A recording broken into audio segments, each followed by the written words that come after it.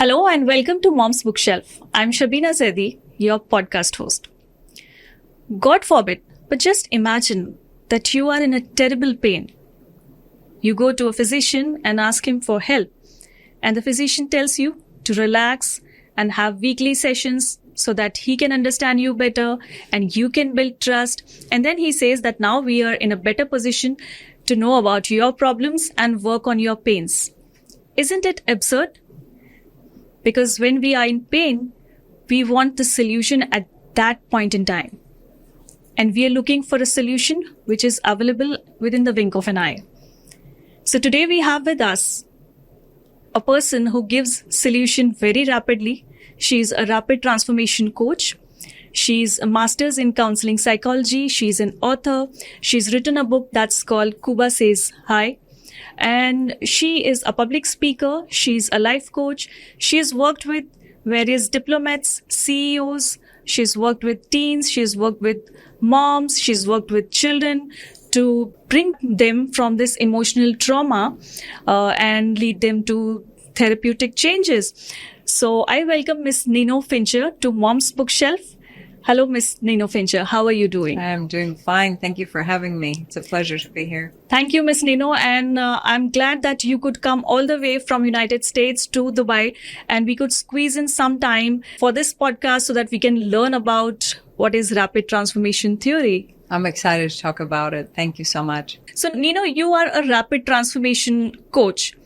What is exactly a rapid transformation therapy? Is it something new, or is it an amalgamation of the existing ones, like we get to hear about hypnotherapy or about NLP? So is it an amalgamation of the existing ones, or is it a new concept? Because I have never heard about rapid transformation therapy. Yeah.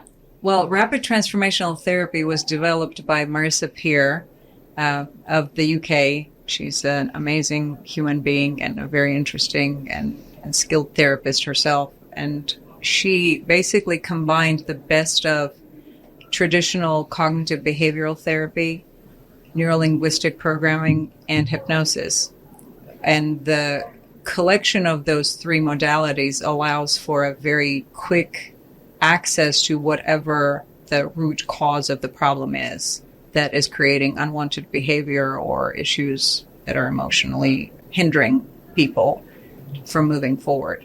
So that is what rapid transformational therapy is. Do you mean that when I come to you as a client and I don't have to go through successive sessions with you, is it that I'm going to get the solution of my problem within that 1 hour or within that one session?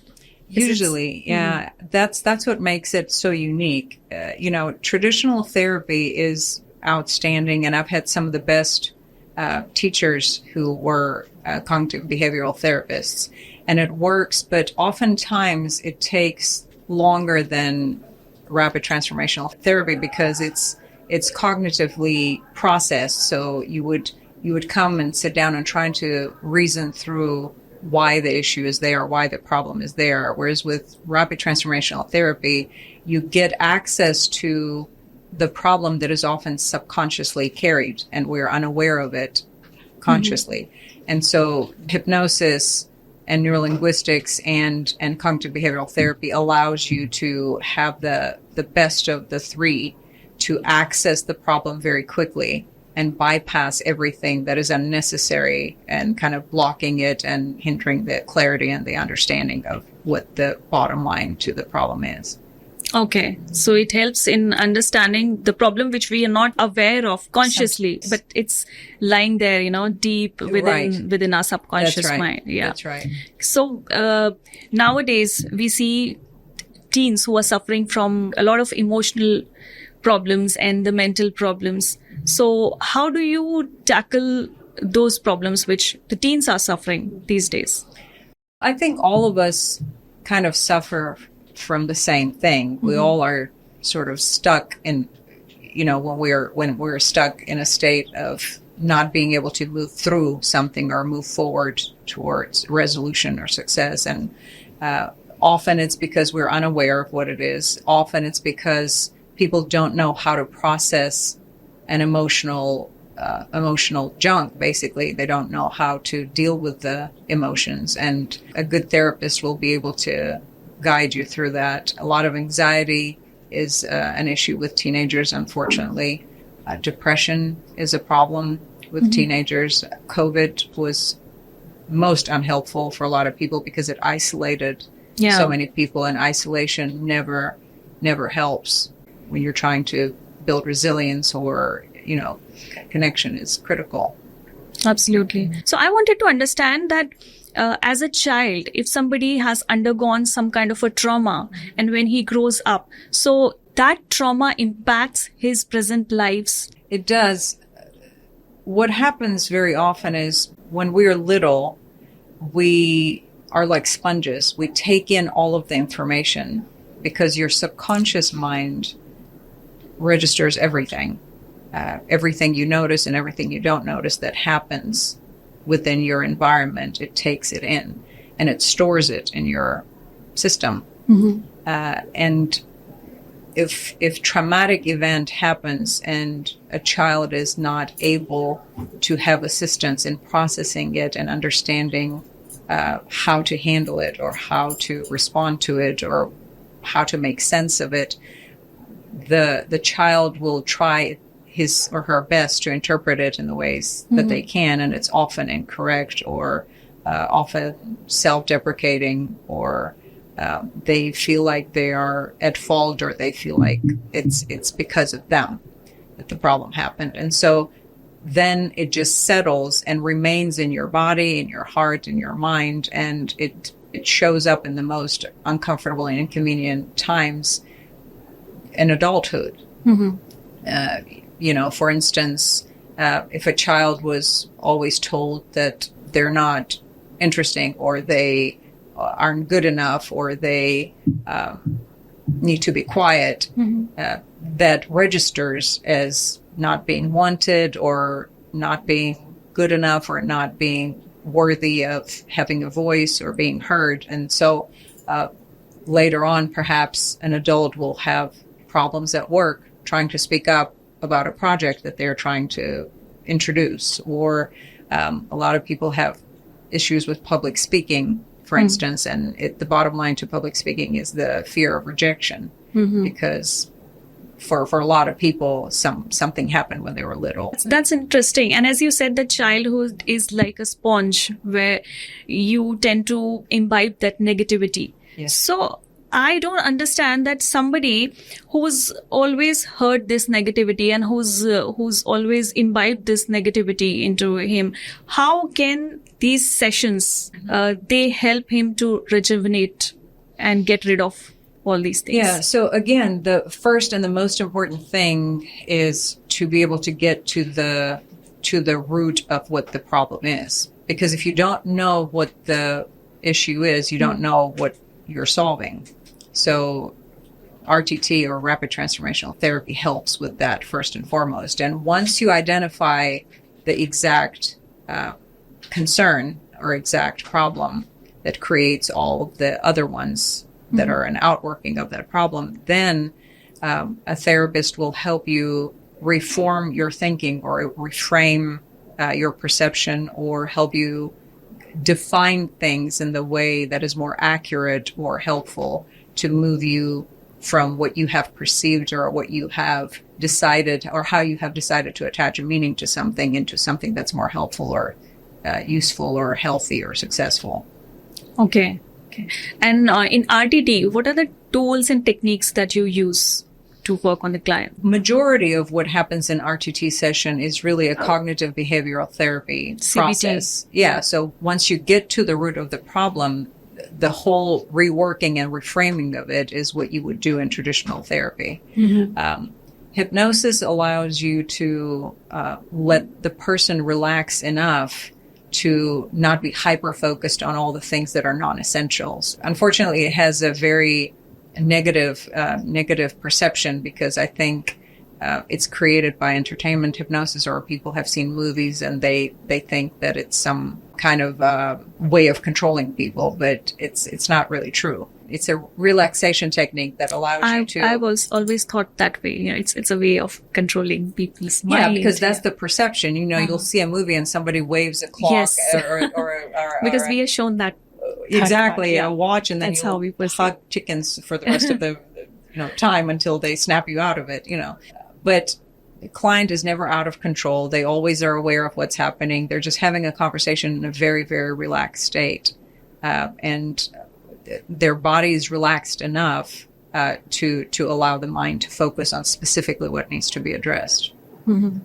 Okay, Yeah. absolutely. And I'm so much fascinated with this inner child healing fact, because as mothers, since this podcast is about mothers, so as mothers, we feel that we're not going to repeat whatever has been done to us, or the trauma that we've faced.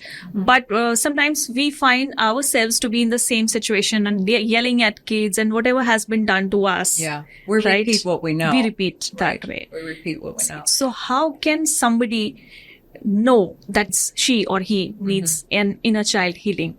Well, asking yourself questions is always very helpful. I mean, it's hard to stop yourself in the moment, but anything can be taught if practiced. So number one is always the awareness. So once you recognize that you're doing something that is not helpful, to stop yourself and actually just notice it. Then to call it a proper name, not pretend that it's something else, but actually identify it for exactly what it is. And once you are aware of it, once you identify it, then it would be very helpful to find out, what is it that I'm feeling about this? Where is this feeling coming from? Where else have I felt this feeling? Who makes me feel this way consistently? Asking those right kind of questions. All those questions. There's really kind of becoming an investigator of your own pathology, really, or sickness, or hindrance. And once you start asking these questions, and once you start getting closer and closer to where it's common, or where it's been repeated, or what is the pattern, then I think the clarity will come with it, absolutely. And oftentimes, unfortunately, people who respond that way in adulthood will find that they've experienced the hurt from a person of authority. It may be a parent, sometimes it may be an adult, a neighbor perhaps, or a teacher. And oftentimes not because adults mean it in a negative way, or in a way that is intended to hurt a child, but child again interprets it as such, and then it just remains until it's corrected and reframed. So since we are speaking about childhood, you've already worked with various CEOs, diplomats, moms, teens, and various people. Have you worked with a child to take him out of this emotional trauma? Yeah, I have. Children are really fun to work with, I think, because they have an amazing imagination. And so and they're very honest. Yeah, that's what I wanted to understand. Do children experience this kind of a trauma, and do they forget, or it remains with them? Whenever a child registers an emotion that is painful, it doesn't disappear. It has to be processed. The function of an emotion is to identify something. It's like a billboard. It tells you something is happening, and it just kind of points in the direction. And so once you have that clarity of something happening, then you need to help a child investigate and help the child put a name to it and process it in a way that is healthy. But whatever the child feels or sees or experiences or hears remains in the system and in the body or in the mind or the heart. It will always remain. I would also want to know any success story which you've worked with so many people. So would you like to narrate any success story from your life? Well, so I have my favorites, but I also, one of the most recent ones, for instance, is a lady who asked me to help her. She called it a money block, and that's sort of a title that a lot of people use to refer to somebody's to their inability perhaps to earn what they are worth. or ask for what they're worth, or sometimes there's a guilt associated with, with making money, perhaps. And so this lady came to me because she wanted to switch jobs, and she had an opportunity to start with a company and be paid quite well, but she was terrified of asking for the amount that she thought she could be earning. Mm-hmm. And so I did one session with her, and she landed the job. She asked for more than what she expected, and she got that payment. She could gather that amount of confidence with your therapy. Yeah, because we figured out where that problem was stemming from and why it wasn't an accurate interpretation with the worth. Yeah. So it's like sometimes the problem is within us and the solution is also within us. But we need somebody to show us the mirror and ask those right kind of questions. Right questions, exactly. Right? And of course, you can do that for yourself, but most people don't have the patience, or they don't have the skills. I think we don't have time for ourselves to ponder and to reflect back. Yes. But we have, because it is the time of social media, and we are living in the times of, reels and all. If we are free, we are not going to journal, or we won't reflect. I mean, usually I'm speaking about everybody else. So they will find time to be with others and not with themselves. That's true. So I think it's kind of scary what you can find out when you're with yourself. Yeah, I think people don't want to be alone. God shines the light on a lot of things, and God points to a lot of things in Christianity.